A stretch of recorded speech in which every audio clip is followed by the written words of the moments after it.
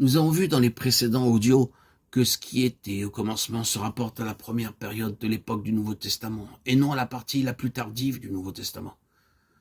Les derniers écrits sont caractérisés par des correctifs, des rappels et des appels à la restauration, montrant par cela que très tôt, dès les temps apostoliques, les choses commençaient à dévier par rapport aux premiers principes et à changer à la fois dans leur nature et dans leur expression.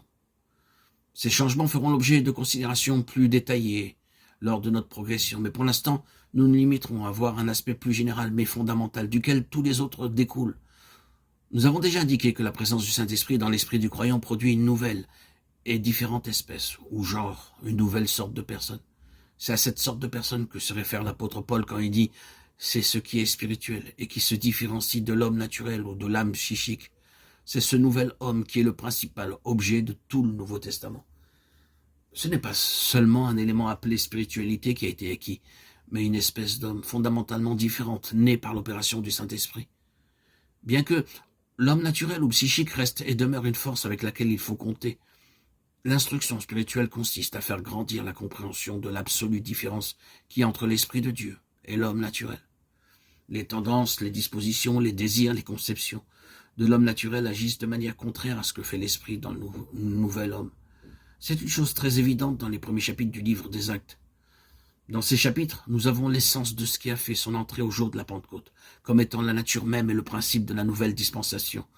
Il est instructif d'observer la manière tout à fait dévouée et sincère avec laquelle ces hommes ont été éduqués concernant cette différence fondamentale qui existe entre le naturel, bien que religieux, et ce qui est spirituel. Le facteur essentiel était l'absolue souveraineté du Saint-Esprit comme le grand exécutant du Seigneur Jésus, ressuscité et exalté. Un fort, très fort ascendant du système et de la mentalité de l'Ancien Testament s'exerçait chez ces premiers hommes, ces responsables tels que Pierre, Jacques et Jean. C'est essentiellement à cause de cet ascendant et de cette mentalité que l'avènement de l'Esprit s'était produit, comme le bruit d'un vent impétueux, acte 2:1. Et non seulement le bruit, mais la puissance d'un vent impétueux.